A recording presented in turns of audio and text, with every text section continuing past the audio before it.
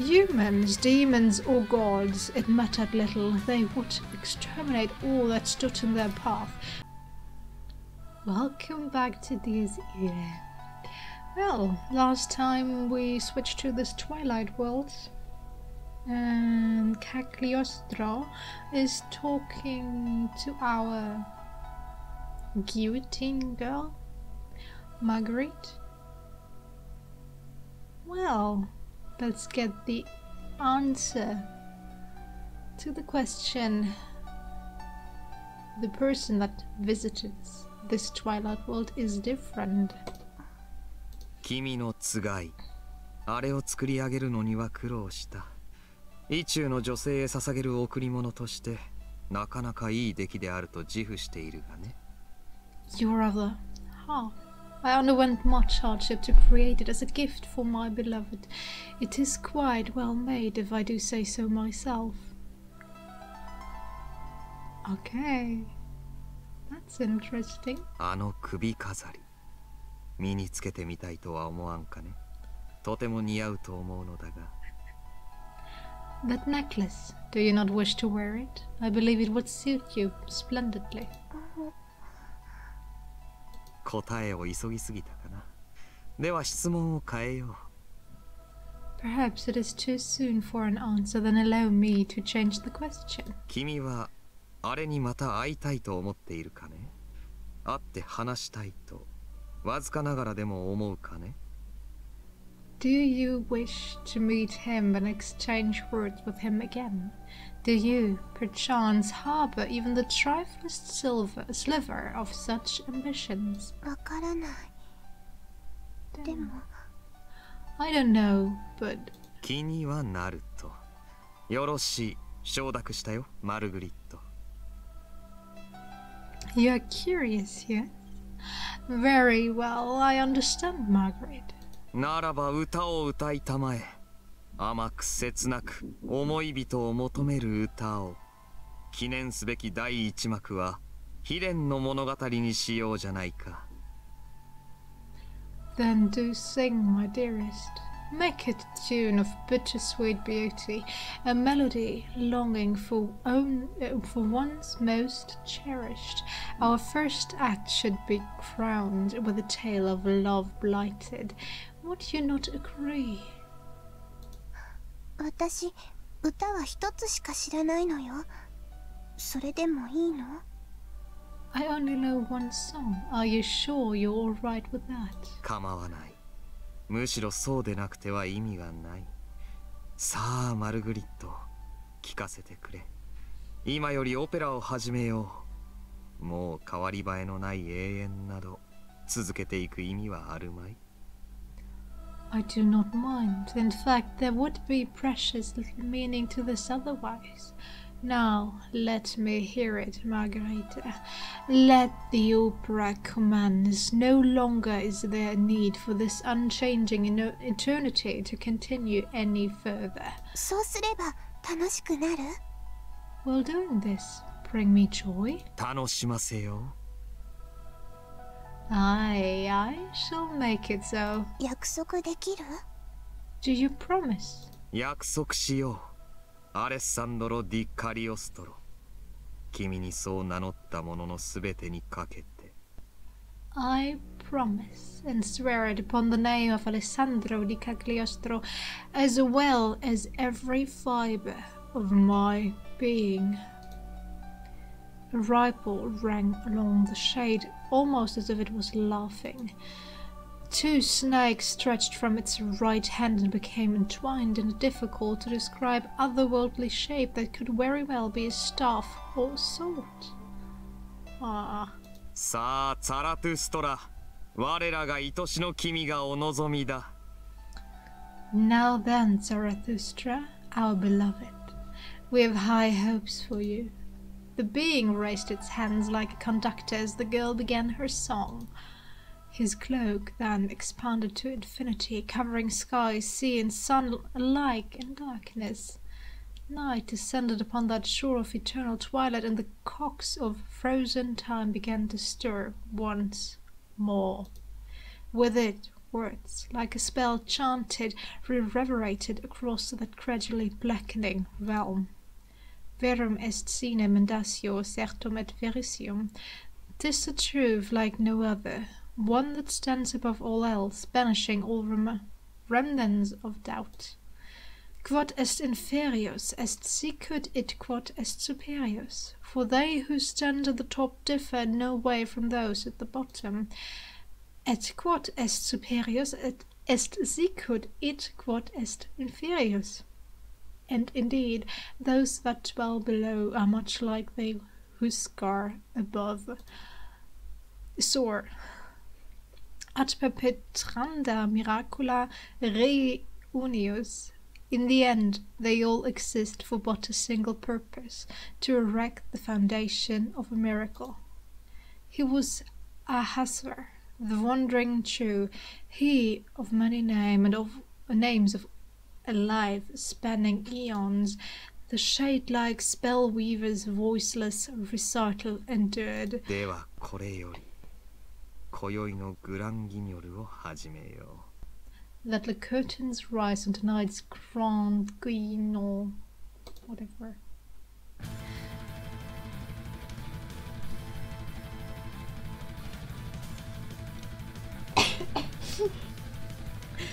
I love how the music just changes constantly.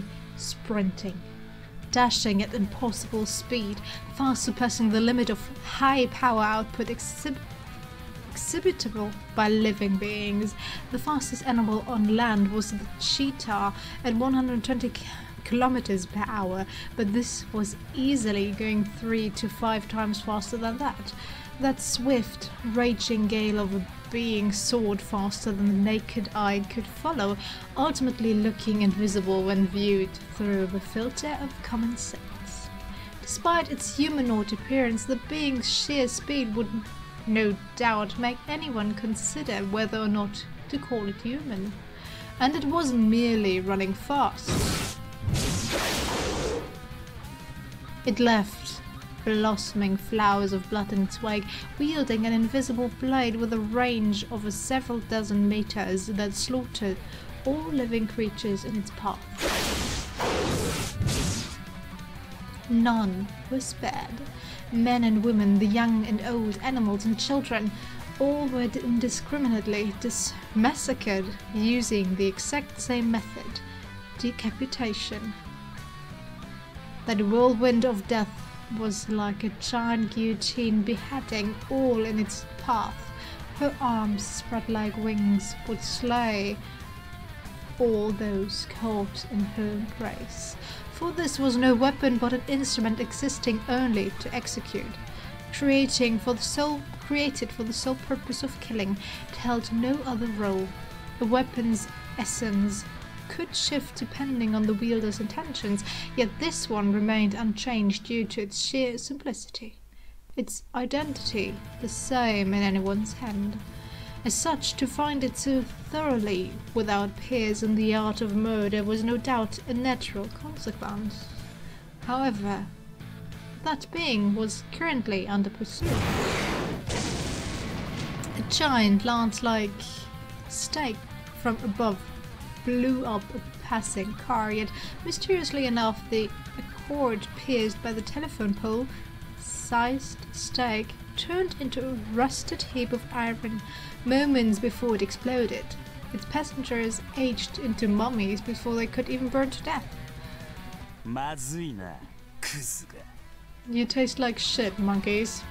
Standing atop the stake, thrust into the ground like gravestone, was a man with fluttering long hair and a face as pale as grave wax. I'm sorry, I was confused since wax is the German word and okay, it's written completely different, but still. A system of strung up vein-like lines rushed up the stake and spread throughout the man's body from his feet. He absorbed it all. Gasoline, water, blood, all the nutrients of the stake's victims as well as the souls they required to function.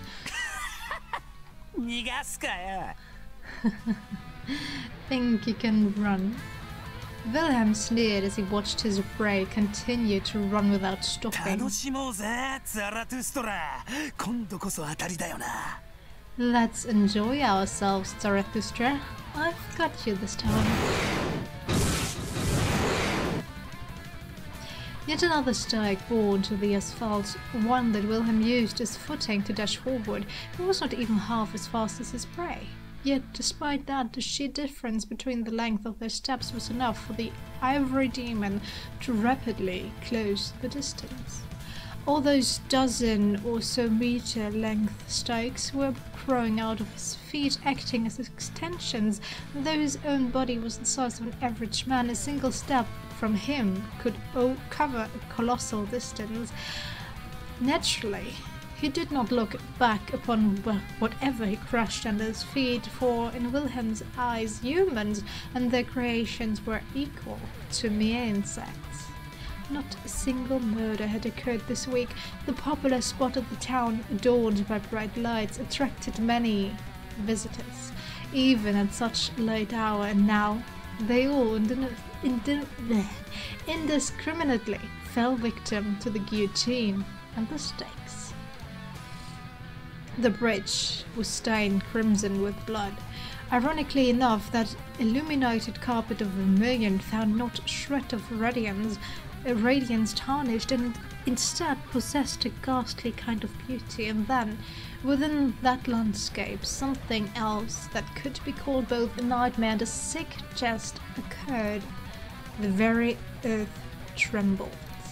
A series of profound sounds shaking the very foundation of the bridge. It was real. That was the only way to explain it. That 5-meter wide object chased the being in front of it as its sinister spikes ate into the asphalt. The absurdity and irrationality of this device, mowing down humans and cars alike, grinding them into ruts, could no longer be simply laughed off. The wheel, wrapped in its screams and fresh blood that rotated faster, was a colossal instrument of torture reminiscent of the tools used in the days of the Inquisition. A girl stood atop it like a torturer emerged from the depth of hell. 今日はまた随分と見境ないのね。まあ、私も派手な方が好きだけど。As indiscriminate as ever, aren't we? Well, I like things fleshy myself. Her tone carried a mix of joy, excitement, and scarlet casualry? Whatever that is. あなたはいつもそうやって私たちを見下してるのね。You've always looked down on us like this, haven't you? 未だに自分が上だとでも思っているつもりかしら。Do you still fancy yourself superior to the rest of us?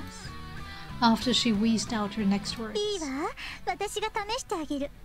追いかけっこを続けましょう。Well, I'll test you.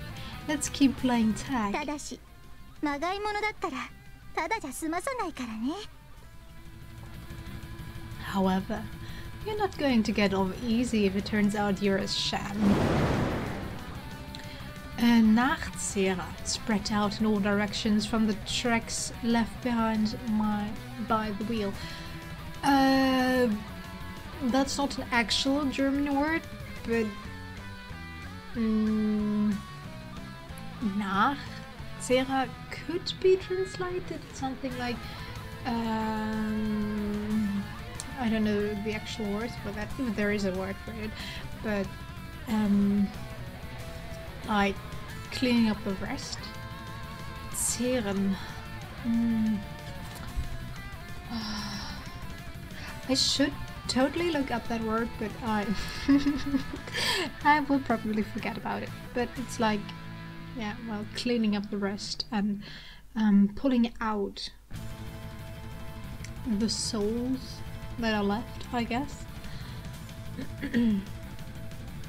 Yeah, the next sentence explains it covered the bridge in a flash and devoured every last corpse and wrecked car, leaving nothing behind.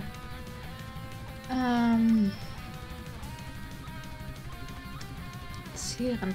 Right, it's training. Brain, to drain. Zehren is to drain.